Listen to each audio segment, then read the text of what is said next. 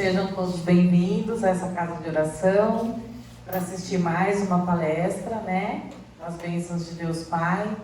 Hoje o Alexandre ele vai explanar para a gente sobre o desencarne coletivo na visão espírita, né? Então é mais um pouquinho de conhecimento que a gente vai adquirindo, né?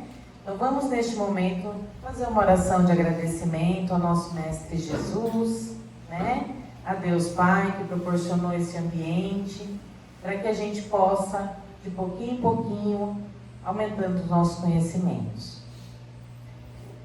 Pai nosso que estais nos céus, santificado seja o vosso nome, venha a nós o vosso reino, seja feita a vossa vontade, assim na terra como nos céus.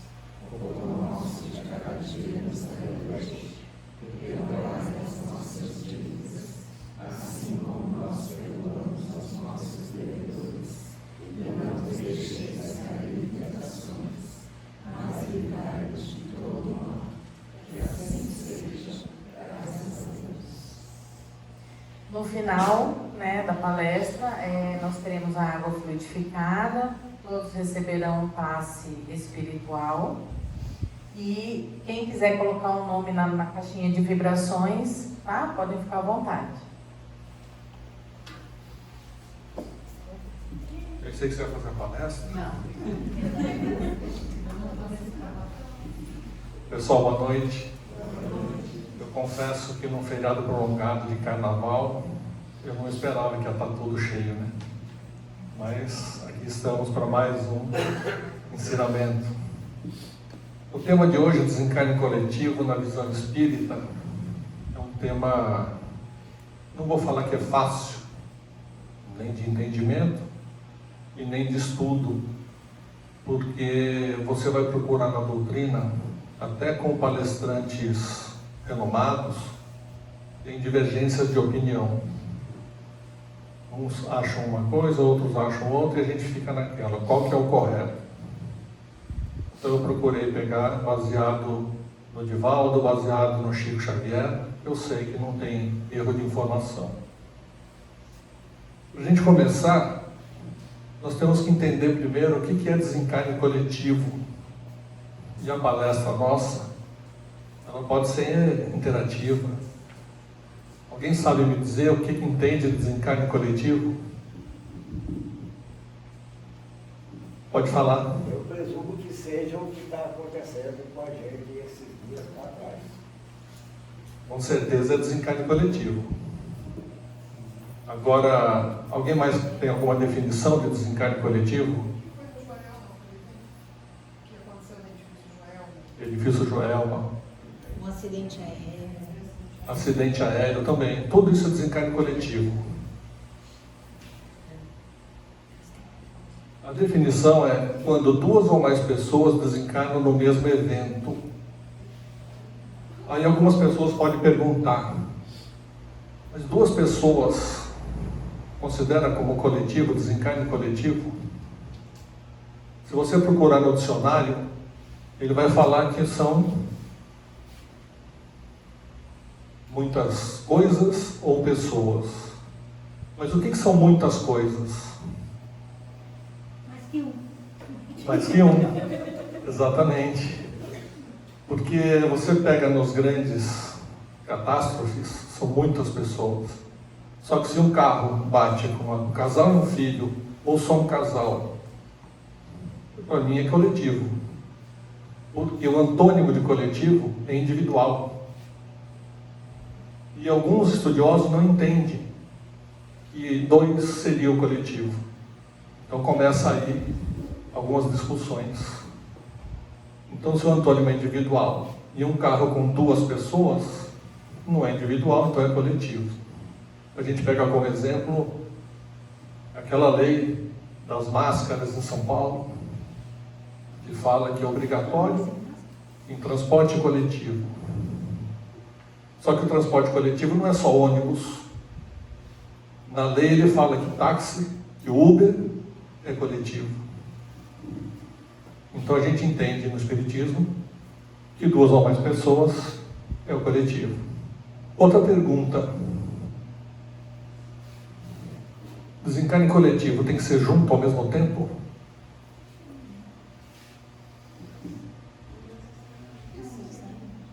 Sim? Você acha que sim? Quem mais acha que sim? Mas uma acha que sim, outra acha que sim.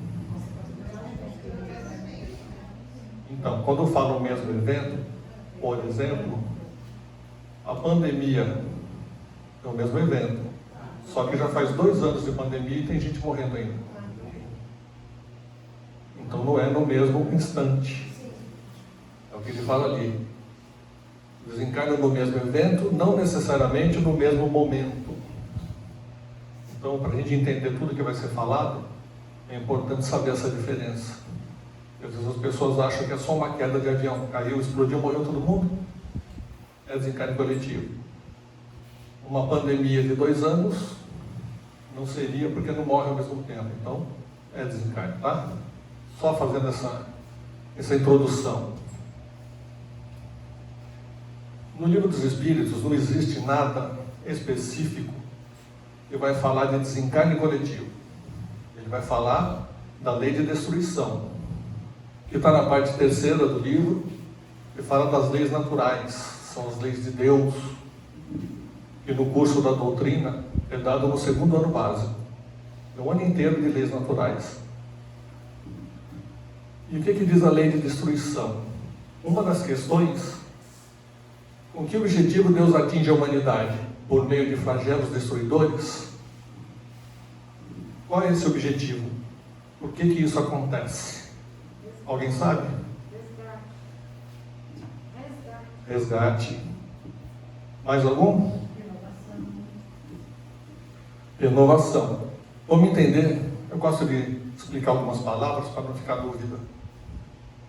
Se você perguntar ou procurar no dicionário que são flagelos, vai aparecer que é um chicotinho de madeira, com cintas de couro que as pessoas se machucavam. O espiritismo não é isso. Ele serve como dor. Tá? É o significado de dor. Então a resposta para fazê-la progredir mais depressa é uma necessidade para a regeneração moral dos espíritos. Nós vamos entender mais para frente o porquê do mais depressa. Na questão 738, Deus não poderia empregar para o aprimoramento da humanidade outros meios que senão flagelos destruidores? O que vocês acham? Tem um amor, é isso. Mais alguém? Ana, você está com a mãozinha para cima, você quer falar? Estou pensando. Eu acho que se ele vai por esse meio é porque não está funcionando os outros. Exatamente isso. Sim, e emprega todos os dias, visto que deu a cada um os meios de progredir pelo conhecimento do bem e do mal. O homem, porém, não aproveita desses meios. Se a gente soubesse e utilizasse o bem e o mal da forma correta, não ia precisar de flagelos destruidores. Nosso exemplo, a guerra da Ucrânia. Não precisaria estar passando todo esse sofrimento. Só que também tudo tem uma explicação, né? E depois nós vamos ver. Guerra já foi falado muito pelos Celso na palestra passada. Na questão 741 do Livro dos Espíritos, é dado ao homem prevenir os flagelos que os afligem. A gente consegue prevenir? Essa resposta, ela está no livro de Filosofia Espírita, psicografada por João Nunes Maia, pelo espírito de Miramês. É uma coleção de livros, com 20 livros, onde ele explica, questão por questão do livro dos livros dos Espíritos. Então, quem é estudioso, quem gosta e faz o curso, é bom ler para aprender o que ele fala de cada questão. Então ele diz assim: há 2 tipos de flagelos que assolam a humanidade. Os primeiros podem ser atenuados pela inteligência humana, desde que se preocupe com o bem-estar da humanidade. Tem que se preocupar com o próximo. Não adianta ele querer prevenir para ele mesmo e está tudo certo. Ele tem que se preocupar com o próximo. No entanto, existem os segundos que são karmas coletivos da humanidade, ou mesmo de certos países. Esses homens devem melhor entender e suportar com paciência, pois são meios de despertamento das almas a caminho da luz. Aí explica pra gente por que existem regiões específicas que tem muita guerra e nunca acaba, por que tem regiões que tem muito tsunami, por que tem outros que tem muito terremoto, que é os exemplos que a gente vai falar depois. Olha o detalhe, as convulsões geológicas têm uma missão, porque elas são guiadas por engenheiros siderais capazes de despertar os homens para sentimentos sublimados. E agora observação, né? Quando os homens não atendem ao chamado do amor, a dor aparece com sua força. Então a gente não pode reclamar. A opção a gente tem de agir certo. Se não age, a resposta vem. De um jeito ou de outro, a gente aprende. Aprende no amor, aprende com a dor. E a gente escuta isso desde pequeno, né? Ou vai aprender por amor ou pela dor. Só que a gente não aprendeu ainda. Desastres naturais. O que eu ia falar é o seguinte, quando ele fala dos flagelos destruidores, ele está falando basicamente dos desastres naturais. São coisas que a gente não consegue evitar. Por exemplo, o furacão. Ninguém consegue nem saber e nem prevenir. Só que existem algumas regiões específicas, né? A gente vê muito furacão, por exemplo, na América do Norte, América Central, terremoto.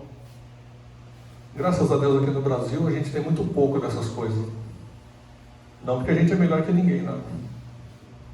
Tsunami. Nós vamos ver a tsunami que é uma das formas de desencarne coletivo e não é ao mesmo tempo. Agora tem os acidentes que são provocados pelas pessoas. Aí vocês podem perguntar, mas uma queda de avião é provocada? É provocada. O avião não cai sozinho. Para vocês terem noção, o avião ele tem 3 sistemas de segurança. Então, quando falha um, ainda tem 2. Quando falha outro, ainda tem um que consegue pousar o avião com segurança tranquilamente. Então, por que cai? Aí a resposta que a gente fica sabendo é não quer voar de avião nunca mais. O problema é o seguinte, quando você vai voar de avião, você não imagina como está a manutenção do avião. Só que existem inúmeras vezes... Você tem gasolina. Você tem gasolina, mas eu vou falar disso depois. Existem inúmeras vezes que o avião decola já com uma falha em um dos sistemas. Dos 3, um já não está funcionando. E eu já vi situações onde o comandante fala: desliga a lâmpada aí para parar de apitar. E ele voa, vai embora. Você está lá atrás, você não sabe. Aí acontece alguma coisa, cai o avião, morre todo mundo e a gente acha que foi falha de quem? Foi falha humana e não arrumou quando deveria. Você pega a queda de barragem, é outra coisa que é falha humana, embora pareça ser natural. Você pega Brumadinho, Mariana, que foi o outro, né? Existia já meses antes laudo dizendo que tinha problema. Ninguém deu bola. Ninguém se preocupou em ir lá, arrumar, interditar, tirar as pessoas dali. Aí acontece o problema. Acidente de trem, então, nem se fala, né? Eu tenho um parente que era operador de linha de trem, na época que eu ainda não era nascido. Eu sou novinho. Só que teve acidente, como sempre tem, por falha humana. Ou por falta de manutenção, ou por falta de vistoria de trilho, ou por erro errado e um deu de frente com o outro. Isso acontece. Então nós temos os acidentes que são desencarnes coletivos provocados pelo humano. Agora vem uma questão. E essas doenças, epidemias e pandemias, é falha humana? Ninguém sabe nem nunca vai saber. se esse vírus da Covid veio de um laboratório, se não veio, de onde veio. Ninguém vai falar, mesmo que descubra. Mas pode ser natural, como pode ser falha humana. Então são formas de desencarnes coletivos. Aqui eu coloquei alguns, eu não vou comentar sobre todos, mas vou comentar sobre alguns. Incêndio do circo em Niterói em 1961. Esse é o mais falado no meio espírita, dos estudos. Eu vou falar mais sobre ele. Tsunami em 2004 no Oceano Índico, causado por um tremor magnitude de 9,1 na escala. É quase o máximo. Por isso que causou 230 mil mortes em 14 países. Isso aí está no livro Transição Planetária do Divaldo, pelo espírito de Manuel Filomeno de Miranda. Tem as guerras, que eu não vou comentar, que já foi muito bem falado pelo Celso, quantidade de guerras, quantidade de mortes absurdas. Se não vai por amor, vai pela dor, né? A gripe espanhola, por exemplo, que foi uma pandemia que durou quase 3 anos, mais ainda do que nós estamos com a Covid. Então está lá, de janeiro de 1918 a dezembro de 1920. Aqui, eu quero lhe fazer um alerta, né? A nossa estatística maravilhosa, onde ele fala que foi entre 17 milhões e 50 milhões, pertinho. Só que ele fala mais ainda, que pode ter sido 100 milhões. Então a margem de 17 milhões a 100 milhões. Ou seja, ninguém sabe nada. Nem a Wikipédia, isso aí vem da Wikipédia, tá? Nem ele sabe quantos foram os mortos. Mas aquela margem de erro, 2 pontos para cima, 2 para baixo, não funciona aqui. Temos a Covid, que eu procurei e não existe estatística ainda. Porque, infelizmente, a Covid está no meio político e cada um fala o que quer do que tem interesse. Então não tem uma estatística no Wikipédia ainda. E tem o etc. E são muitas formas de desencarnes coletivos. Bom, aqui agora começa a ficar mais sério o negócio. Esse acidente que teve no Rio de Janeiro, no Círculos norte-americano, o maior incêndio do Brasil até aquela data, tá? 17/12/61 em Niterói. 2.500 pessoas estavam no circo, 503 morreram, 70% mulheres e crianças. Esse acidente, vou falar mais detalhado, depois vai ter umas explicações. A lona desse circo era revestida com resina. Talvez, acredito eu, não estava em estatística nenhuma, nem escrito em lugar nenhum, que seja para não acumular água, para poder não fazer aquelas acúmulos de peso. E por algum motivo, pegou fogo.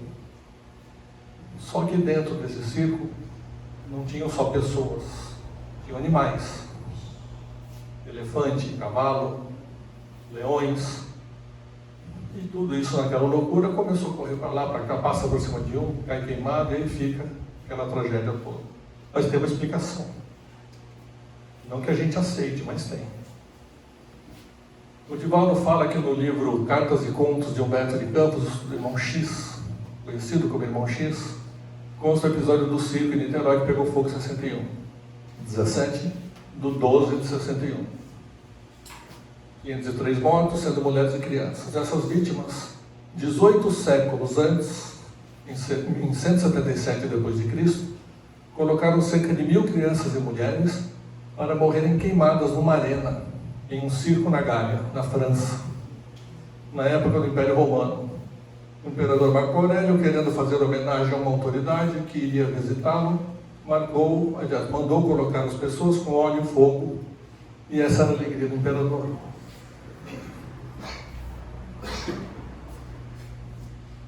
Só que a história não é bem assim. A história é a seguinte: há 18 séculos, uma ilustre autoridade ia visitar o Marco Aurélio e ele falou: vamos fazer um evento diferente de todos os outros. O normal era o quê? Joga as pessoas cristãs lá, solta os leões e deixa comer. galera ficava feliz. Ou amarrava em pau e tacava fogo.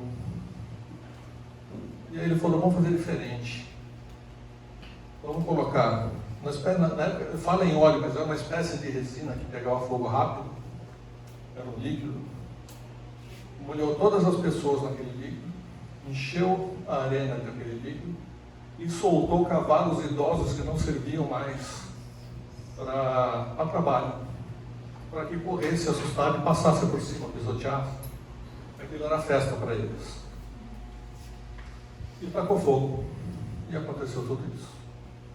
Então, por que eu estou falando isso? Porque Divaldo, através do livro, fala que essas pessoas são as mesmas que morreram no circo queimado em 61. Por que 18 séculos? Também vai ter explicação aí. Eu vou só adiantar um pouco. Chico Xavier conta que essa espera de 18 séculos foi necessária para que esses espíritos tivessem mais ou menos a mesma evolução espiritual, para que no desencarne não ficassem revoltados, para que tivesse validade esse resgate. Quer dizer, você tem um combinado, você aceita um resgate e depois você se revolta, você perdeu o resgate. Você vai ter que passar de novo. Chico Xavier dizia que as pessoas que organizaram essa barbárie, aliás, na verdade, todos que participaram da organização, tá?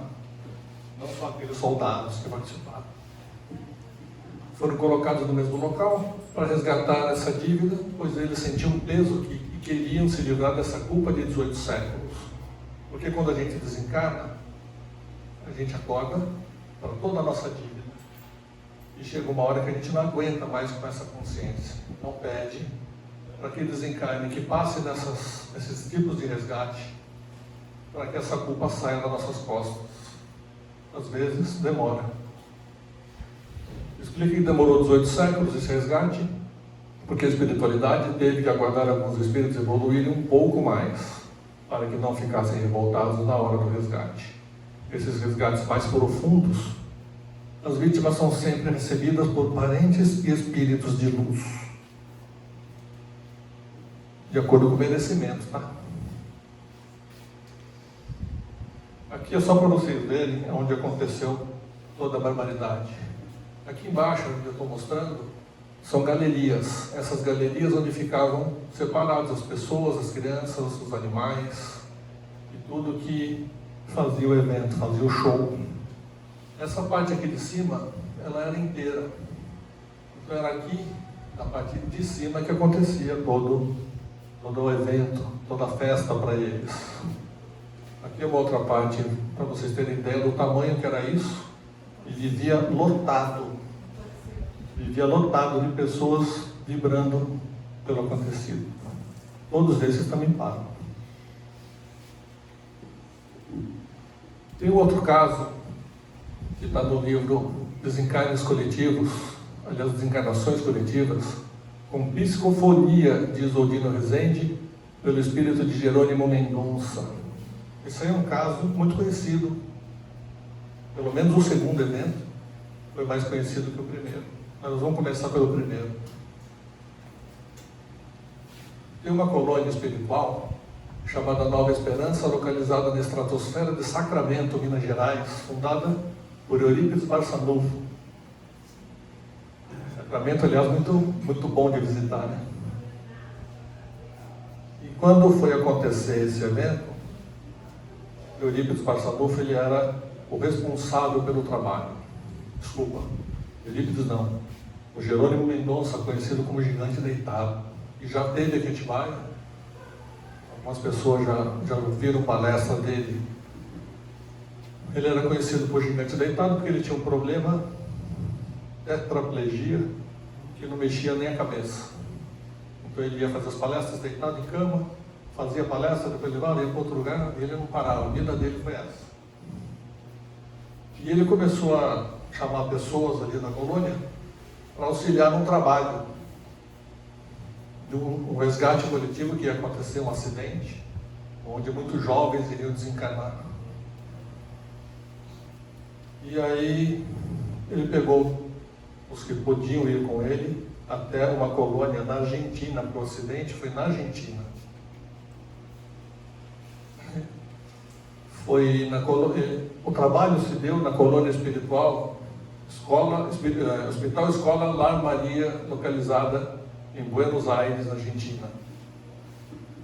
3 meses antes do acidente, quando ele chegou lá, ele viu que já tinha equipe espiritual trabalhando 3 meses antes do problema acontecer, do desencarne acontecer. E aí ele foi verificar o que era o trabalho, o que eles faziam. Aqui é só para fazer uma alusão à colônia espiritual. E aqui os espíritos trabalhando. Eles já sabiam quem seriam os jovens que iriam desencarnar. Então eles iam, um a um, intuir para que esses jovens fizessem as pazes com os pais, falassem para os pais que amavam e gostavam, preparando os pais para a dor que eles iriam sentir. Que eles fizessem as pazes com alguém que eles tivessem obrigado. E isso foi 3 meses de preparação. E para os pais também. Que eles ficassem mais tranquilos, que eles passassem, lógico que com muita dor, mas sem passar com raiva, passassem a entender tudo o que iria acontecer. Lógico que a gente pode estar aqui com alguém falando no meu ouvido, a gente não percebe. Mas depois que a gente dorme, toda essa informação a gente vai acumulando. O incêndio foi esse aqui, ó, Boate Cro-Magnon, em 2004, 30 de 12 de 2004. Vocês perceberam que os resgates coletivos que eu estou falando é tudo dezembro. Tragédia na discoteca República Cro-Magnon, na Argentina, deixou 194 mortos, como aconteceria posteriormente no Rio Grande do Sul. Um sinalizador foi disparado durante show. O do Rio Grande do Sul foi a Boate Kiss.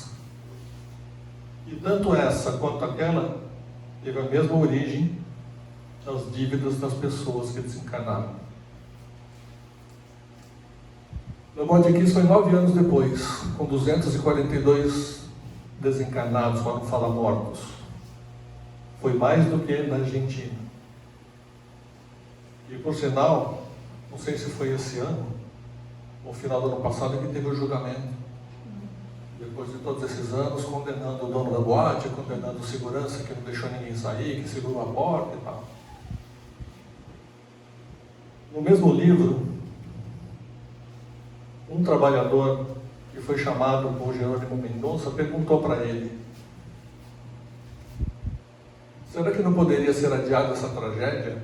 São todos ainda tão jovens, no início da caminhada, não teria outra forma de quitarem esses débitos sem passar por esse sofrimento? O que vocês acham?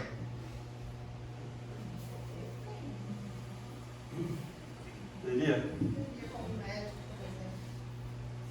Qual a resposta? A maior parte dos coronéis, tenentes, sargentos e oficiais nazistas do passado tinham aproximadamente essa idade. Eram todos jovens, com uma patente doada por Hitler. A misericórdia divina está dando essa oportunidade a esses jovens para que não seja necessário deportá-los para mundos inferiores. Ou seja, ou tinha essa opção desse desencarne, eles iriam resgatar essa dívida, ou teria que descer num umbral mais profundo, sofrer por mais tempo, voltar a reencarnar mais para frente com várias deficiências. Então foi uma opção melhor que Deus deu para eles. Seria retirado da carne para que tenham alguma chance de voltar à Terra em melhores condições, sem esses vínculos com o passado. Quando a lei de causa e efeito é quitada, torna-se possível providenciar nova programação reencarnatória. Então às vezes a gente acha que, coitado, todo jovem vai morrer assim, dessa forma. Pessoal, é por isso que eu falo, inclusive para os alunos, não querem saber quem a gente foi no passado. Não vai fazer regressão, ver cartomante, porque se você descobre as coisas que a gente fez, essa encarnação é a melhor nossa, é a melhor encarnação nossa. Ou seja, tudo que a gente fez para trás é pior. Então deixa assim que tá bom. Deixar quieto. Você já pensou? Você descobre que teve problema com o pai e com a mãe, que um prejudicou, que um matou, que um fez, aconteceu, com a esposa. Não, deixa assim. Já basta, tá? Porque a gente já sabe o suficiente. Aqui está o Holocausto. Dá uma olhada nos números. De 9 milhões de judeus que residiam na Europa antes do Holocausto, cerca de 2/3 foram mortos. Mais de 1 milhão de crianças, 2 milhões de mulheres, 3 milhões de homens judeus morreram durante o período. É muita gente. E aqui é a câmara de gás, onde dizem os estudos que o mesmo gás das queimas que teve nas 2 danceterias foi o mesmo gás que teve aqui que matou os judeus. Por isso que eu falei que tem palestrante famoso, espírita, que contesta, porque ele acha que não. Mas existem outros, inclusive falado pela espiritualidade, que é o mesmo. Então eu prefiro ficar nessa orientação. No mesmo livro, ainda eu peguei trechos, tá? Está falando assim: uma grande equipe de socorristas do plano maior levou todos para o hospital, onde eram internados nas amplas enfermarias da casa transitória. Então desencarnou através do incêndio, mas não quitou a dívida ainda. Não é só o fato de desencarnar, paguei. Não paguei, vou pagando. Como o sofrimento para aqueles espíritos não terminava com a morte do corpo físico, porque era decorrente da lei de causa e efeito, eles teriam que permanecer em recuperação por muito tempo no plano espiritual. Agora nós vamos ver o fato desse desencarne do corpo físico. A desencarnação desses espíritos não lesou somente o corpo físico, mas o seu perispírito, que já se encontra manchado pelas impregnações causadas por eles mesmos, em razão dos atos ilícitos que cometeram na Segunda Guerra Mundial. Então, essa necessidade de ficar internado no plano espiritual, em hospitais, é porque tem essas deformidades que tem que ser curado ainda. Tem esse sofrimento que tem que ser passado ainda. É culpa de quem? De Deus? Não, é culpa nossa, do livre-arbítrio. É aquela história do amor e da dor. Eu optei por uma coisa errada, eu vou ter que pagar. No livro Ação e Reação, André Luiz conta que o evento do desencarne é o mesmo para esses espíritos. Porém, a morte e o resgate é individual. É outra coisa que a gente tem que pensar. Todo mundo pode cair de avião, o avião explodir e morrer tudo na mesma hora. Depois que morreu tudo na mesma hora, cada um vai ter o seu resgate individual de acordo com o que fez nas vidas passadas, de acordo com o merecimento que teve nas encarnações passadas. Então, não tem vínculo, pode ter vínculo na dívida, mas não tem vínculo no desencarne, no resgate. Ou seja, no momento que serão retirados da carne, tão somente aqueles cuja vida interior lhes otorga imediata liberação. Desde do momento que tivemos a dívida no passado, que podem ser muitos e muitos anos, até chegar o momento do resgate, nós tivemos várias reencarnações. Nessas reencarnações, tivemos chance de melhorar, de aprender, de praticar a caridade, o amor. Quem consegue, quem fez, quem aprendeu, tem o benefício de ser retirado imediatamente do corpo físico. O espírito é desligado, vou falar espírito, porque tem gente que eu não sei se sabe o que é aquele espírito, mas ele é desligado imediatamente. Porém, quanto aos outros, não lhe oferece o afastamento rápido da armadura física. Permanecerão ligados por mais tempo aos despojos que lhes dizem respeito, dependendo do grau de animalização dos fluidos que lhes retém o espírito. Corpo inerte não sempre significa libertação da alma. E isso é que pega. Porque às vezes você vê a pessoa, morreu, está lá no caixãozinho, vai descansar em paz. Não vai não. É aí que o bicho vai pegar. Porque dependendo de cada um, do apego material, da evolução moral, isso vai ficar por muito tempo ainda vinculado ao corpo. Não é para assustar não, tá? A Ana está com uma cara assim meio, ai meu Deus. Não é para assustar não. Isso é o que acontece, infelizmente. Ou felizmente, né? O gênero de vida que alimentamos no estágio físico dita as verdadeiras condições da nossa morte. Ainda dá tempo. Vamos melhorar. Vamos ter merecimento, para que quando a gente desencarnar, seja desligado do corpício, deixa ele lá quietinho, apodrecendo, e vamos a gente para o nosso destino. O aprendizado está todo aí. É só seguir os ensinamentos de Jesus. Amor e caridade. Fora da caridade não há salvação. E quanto aos pais desses desencarnados? E agora? Eles têm os mesmos débitos? Se eles têm que sofrer, eles estão vinculados no mesmo evento? O que vocês acham? Acha que sim? Quem mais acha que sim? 1, 2, 3, tem um monte de mãozinha ali, 4. Oi? Eles talvez seriam uma plateia que ficou. Então, não necessariamente naquele evento. Ele pode ter um débito com aquele espírito daquele filho em outras encarnações por outros motivos que ele tem que resgatar. Não necessariamente naquele evento que causou aquela necessidade do desencarne coletivo. Nós vamos ver aqui.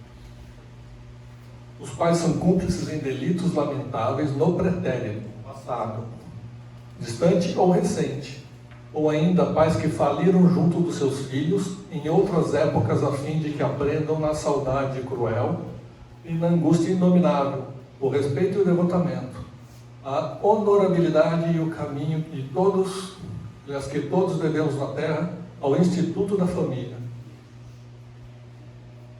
A dor coletiva é o remédio que nos corrige as falhas mútuas. De repente, eu fui um mau pai para o meu filho em outra encarnação, e eu estou resgatando agora, estou tendo que sofrer a perda dele para eu aprender que eu deveria ter sido um bom pai. Uma das hipóteses, tá? Então, necessariamente, não é do mesmo evento que ocorreu aquele desencarne, mas tem que passar por essa dor. Não sei se vocês conhecem Jorge Elarra Campo. Tem muitos vídeos dele, muitos ensinamentos espíritas, muito interessantes, por sinal, vocês podem procurar no YouTube. E ele fala uma coisa que todo mundo tem dúvida, tenho certeza disso, até eu tinha. Embora não é porque eu não tenho que não ter, não, é quando eu fui estudar que eu descobri. Todo mundo que desencarnou em qualquer desses desencarnes coletivos estiveram juntos naquela dívida do passado, por isso que eles tinham que estar no mesmo desencarne. O que vocês acham? Nem sempre. Nem sempre. Nem sempre. Quem mais acha?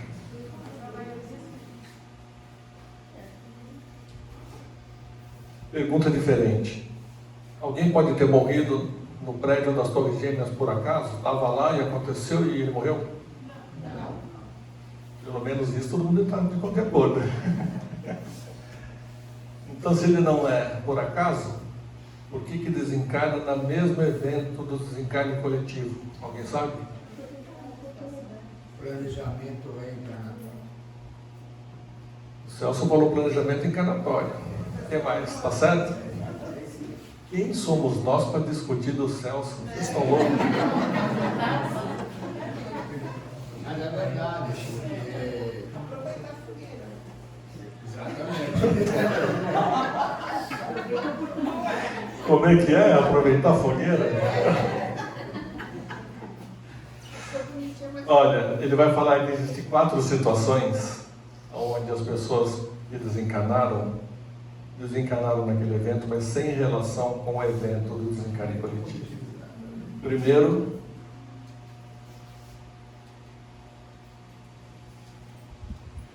prova. Eu vou falar depois de cada um, tá? Só vou pôr os focos para a gente saber. Então, a prova é uma delas. É quando. Posso falar? Pode. É quando o espírito que já deixou se propõe a vir a passar por aquilo ali para ele diminuir Com sua evolução. para a sua evolução. Está no caminho. 2 é missão. Eu vou falar. 3. Existem 2 tipos de expiação agora, que é o que pega, né? Tem a expiação pelo gênero da morte. E se eu perguntar aqui, vai ser difícil vocês explicar, eu acho. A não ser o Celso, o Célio, que sabe, mas no geral. O 4, expiação pelo tempo da morte. Então vamos ver o que é cada um para a gente entender. Esses são os 4 tipos de pessoas que desencarnaram nos eventos coletivos, no mesmo evento, sem ter vínculo com a dívida do passado. Primeiro, prova.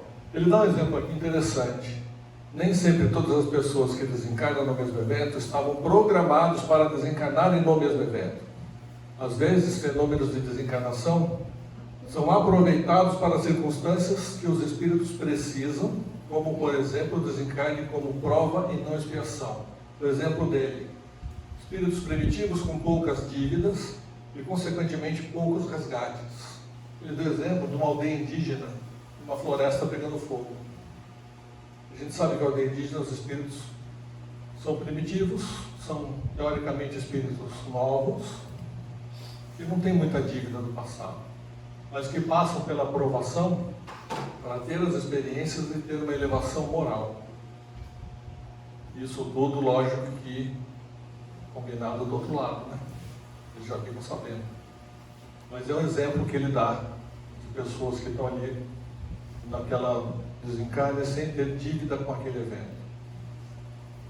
Outro exemplo que ele fala aqui, missão. Missão é mais fácil. Pessoas desencarnam em condições extremadas.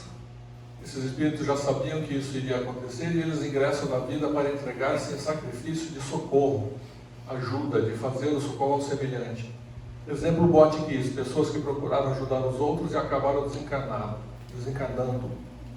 Então, nem todo que desencarna em um desencarne coletivo está de condição de devedor. Isso aqui você vê, eu não lembro, num colégio aqui no Brasil, uma professora que tirou um monte de crianças e acabou morrendo. Então, essa seria uma missão. Outro que a gente vê, os bombeiros da Torre Gêmeas, que morreram por causa da fumaça, outros por causa do desabamento. Eles sabiam que tinham esse risco de morrer. Espiritualmente, eles sabiam da missão deles, mas conseguiram salvar muitas pessoas ali. Então, essa seria o tipo de desencarne de missão que não tem a ver com a dívida. Agora, um pouquinho mais complicado. Expiação pelo gênero da morte. Pessoas que já nascem com desequilíbrio no corpo físico. Alguma doença pré-existente, somente aguardando um gatilho. Aqui eu coloquei Covid como exemplo, para que a doença ecloda e ocorra o desencarne. Talvez esse espírito iria desencarnar daqui a 10 anos, mas em função desse evento, foi aproveitado o momento para que esse resgate ocorresse. A gente pode perguntar, isso é justo? Se ele podia viver mais 10 anos, por que eu vou levar ele agora? Para a gente não é, para o espírito é. Porque para ele sair do corpo é um alívio, o corpo é uma prisão. Ele quer voltar para a pátria verdadeira dele. Então, a pessoa tem uma doença que está talvez programada para morrer lá na frente. Quando ocorre um evento desse, do Covid, que vai desencadear aquela doença, a espiritualidade aproveita e fala, então filho, você tem o merecimento, vamos já. Vai. Abreviou o sofrimento dele. É difícil para a família entender o negócio dele. Se eu for contar para a família, não, para ele foi bom. Eu apanho, né? Vou falar, como é que foi bom? Mas é verdade. Levou meu filho embora? Minha mãe foi assim. Minha mãe estava com câncer de fase terminal, o Covid ficou acalante. Então, tirou ela do sofrimento, ela teve a libertação antes do tempo. Para nós, né? E o quarto, expiação pelo tempo da morte. O espírito deve viver encarnado, exemplo, por 60 anos foi eu que pus, né? E poderia morrer, eu queria por mais, né? Eu queria por mais, né? E poderia morrer de qualquer forma, atropelado, queimado ou mesmo de doença. E chegando o momento, não escapa, a gente já sabe que chegou, chegou. Tem muitas pessoas que morrem com Covid e não de Covid. Só foi aproveitada a forma pelo motivo do tempo. Ou seja, eu tenho que morrer com minha idade, 52 anos. Aí eu estou aqui, eu pego o Covid, vou no hospital, deu positivo. Só que chegou no meu prazo de validade, que é 52 anos, eu morro. E no laudo sai lá, morreu de Covid. Na verdade não é Covid. Não foi a Covid que me matou. Foi o meu prazo. Só que para você explicar isso, eu tinha que morrer. É como muitos que teve o Covid, ficou internado, foi entubado e saiu. E não morreu, não era o momento. Então, são as 4 formas que ele explica para a gente de pessoas que morrem, mas que não estão vinculadas à dívida daquele resgate coletivo. E tem um quinto ainda, que eu chamo de curioso. Além dessas 4 formas, existem aqueles que se expõem desnecessariamente e acabam desencarnando antecipadamente. O que seria isso? Nós estamos aqui fazendo uma palestra, vocês tudo ouvindo. Aí começa um tiroteio de fora. Aí eu, muito espertão, peraí moçada, eu vou ver o que é. Meto a cabeça para fora, toma um tiro. É culpa de quem? Minha. É considerado o quê? Suicídio indireto. Eu que procurei. A culpa é minha, eu vou resgatar, vou ter dívida por isso. Sair antes do tempo, vou sofrer um período. Aí é outro assunto de uma outra palestra sobre suicídio. Mas é um quinto exemplo que acontece, tá? Por exemplo, está tendo aquele desastre todo nas Torres Gêmeas. Aí saio eu, vou lá correndo, o que está acontecendo? Vamos ver lá, e cai o prédio na minha cabeça. Eu não tinha que estar lá. Então, não tinha dívida com nada, só comigo mesmo. Agora tem uns casos interessantes. Vou falar um pouquinho, tá? Porque o tempo está indo. De pessoas que escaparam. Lógico que não foi à toa. Tem um caso das Torres Gêmeas, inclusive está num dos livros que eu estava lendo. Um senhor de cego, com um cão-guia, estava no 20º andar de uma das torres. Começa a pegar fogo, bater avião para lá e para cá, e ele sai com o cãozinho dele, devagarzinho, desce os 20 andares pela escada e sai vivo, não acontece nada. Sim. E outros que estão lá em cima, outros que estão lá embaixo dele, morreram com fumaça, morreram com um monte de coisa. Não era para ele morrer. Não era a hora dele. Não tinha dívida, não estava com problema de saúde, não estava na hora do tempo, ele tinha que sair dali. Outro, por exemplo, que apareceu muito na TV, desse caso das torres, pessoas que pegaram táxi, aí tinha muito trânsito, não conseguiram chegar na hora, aí tudo aconteceu. Outros que foram tomar café, e aí demorou o café, atrasou, correu, foi atrasado para o trabalho, no meio do caminho ele descobre que caiu.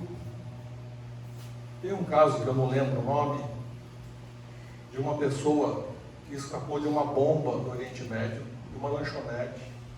Ele estava lá tomando café, aí por algum motivo ele saiu, alguém chamou, teve um atentado terrorista, explodiu. Aí ele estava para ir nas Torres Gêmeas, outro momento, e não conseguiu entrar por algum motivo, caiu. Esse aí, ele não tem um anjo da guarda, ele tem um monte, né? Cada um puxa de um lado. Porque... Em compensação tem outro caso que eu não consegui achar para poder dar os dados. Uma pessoa que escapou da morte de um acidente aéreo. Eu não lembro aonde foi. Mas depois de um tempo ele estava no carro dele, estacionado perto do aeroporto. E um avião veio, não conseguiu pousar, derrapou, escorregou, e o bico do avião bateu no carro dele e ele morreu. Morreu esmagado. Não que ele tinha que estar no avião, não. Estou falando que era o momento dele morrer. Outro aqui, esse mais perto da gente. O que você está rindo aí? A Cris, quando começa a rir, ela não para mais. Isso que eu estou falando de morte. Imagina se fosse de festa. Eu acho que é porque é carnaval, né? Aproveitando sábado de carnaval. Não está filmando ela, né? Viu? Esse aqui, do acidente da TAM. Esse aqui eu posso falar mais a fundo, porque meu irmão é piloto da TAM. E ele conta que na TAM, todas as companhias é assim, o piloto tem que fazer um voo para o sul. Então ele pega o avião, pega os passageiros e vai para lá. Só que ele não tem voo programado para volta. Então ele pega uma carona no outro avião, com outro piloto que vai voltar e vem junto. E nesse caso especificamente, um amigo dele estava voltando, ia voltar com um avião de carona, que era esse avião, e por algum motivo não conseguia embarcar. Não sei se ele perdeu, faltou, esqueceu mala no hotel, voltou buscar. Como ele não conseguiu, o amigo dele, que também estava lá por volta, falou: então eu vou no seu lugar. E depois você vai no outro. Está lá no meio lá. Por quê? Era o momento desse outro, e não daquele primeiro que ia entrar no avião. Outra coisa, nesse acidente, se não me engano, foram 99 desencarnados. 12 não estavam no avião. Eram pessoas que estavam no prédio, que estavam na calçada, que pode ter entrado naqueles 4 itens que não tem nada a ver com o resgate do desencarne coletivo, mas que aproveitaram, a espiritualidade aproveitou o momento para que eles desencarnassem. Então são muitos detalhes que a gente não consegue entender ainda. A espiritualidade sabe o porquê das coisas, a gente só fala o que a gente escuta um pouquinho.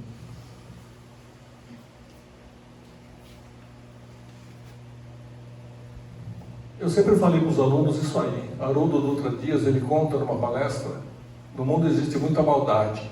Aqui é uma fábrica de injustiça. Porém, não existe nenhum injustiçado. Então a gente sabe que nada acontece com a gente à toa.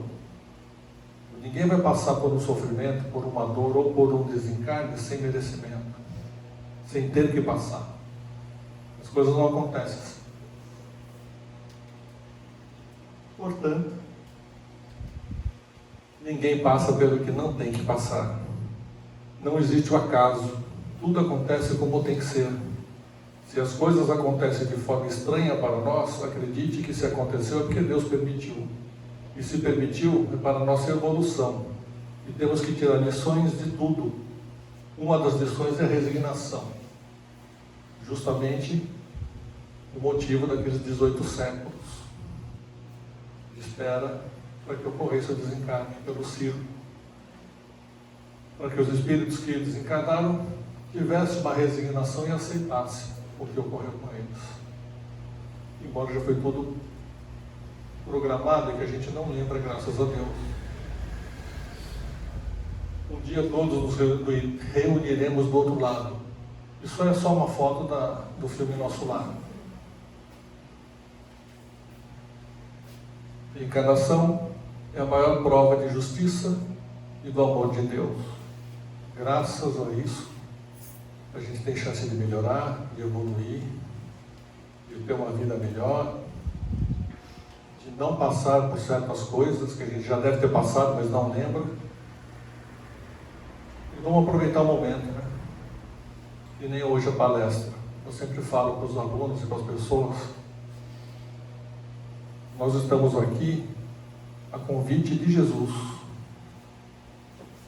E se a gente aceita o convite, vamos pegar as informações do aprendizado e colocar em prática. É isso que ele espera da gente. Amor e caridade. E acabou. Esse é o fim da nossa palestra. Boa noite a todos.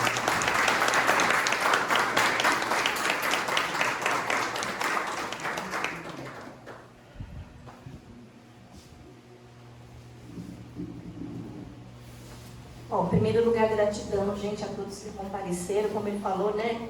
Carnaval, feriado, muita gente viajando, vocês estão aqui com a gente, gratidão. E um aviso aqui de primeira mão, daqui a 15 dias, né, a gente está fazendo as palestras de 15 em 15 dias, então daqui a 15 dias vai vir a Paula Zampi fazer pra gente o Evangelho Musical, tá bom? Eu não sei se todo mundo conhece a Paula, mas é imperdível. Ela é maravilhosa, tá bom? Então vamos para o nosso passe espiritual coletivo, né? Vamos nesse momento nos sentando confortavelmente, vamos fechando os nossos olhos, vamos respirando fundo e elevando o nosso pensamento ao nosso Pai. Aproveitando este momento de paz, de amor, onde estamos envoltos em fluidos maravilhosos que vão penetrar em nosso corpo, vão nos envolver, trazendo a cada um de nós aquilo que mais precisamos: a paz, o amor, a cura, o equilíbrio. Nesse momento vamos agradecendo por tudo que temos, por tudo que somos, agradecendo por todas as oportunidades que temos de aprender, de nos melhorar, para que possamos dar um passo além na nossa evolução e, seguindo o caminho do nosso Mestre Jesus, possamos ser mais felizes, ser mais caridosos e colocar o nosso amor no nosso dia a dia.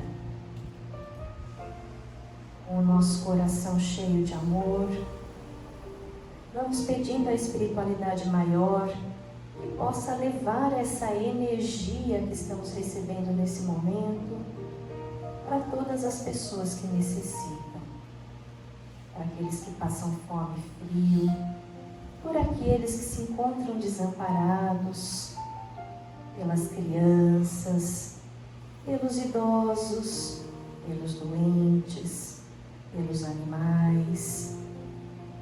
Vamos pedindo pelos lares em desajuste. Vamos pedindo pelos países em conflito e por todas as pessoas que nesse momento passam por dores e às vezes nem sabem explicar. Assim vamos pedindo também que essa luz que se faz presente possa chegar até os nossos lares, envolvendo cada cantinho da nossa casa, os nossos familiares que lá estão, nossas plantas, nossos animais, amigos. E que essa luz possa nos acompanhar onde quer que a gente vá, que possamos levar a centelha, essa luz de amor do Mestre Jesus e espalhar pelo caminho.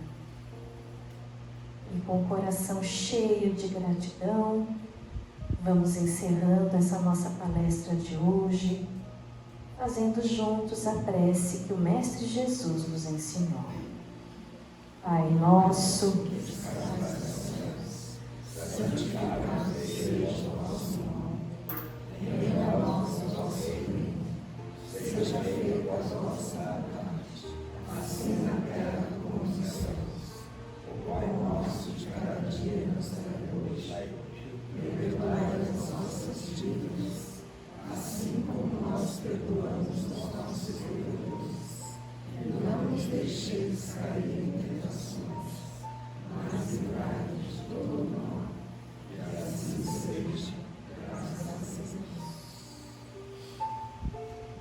gratidão, que possamos chegar nos nossos lares, né, com o coraçãozinho cheio de amor e de alegria.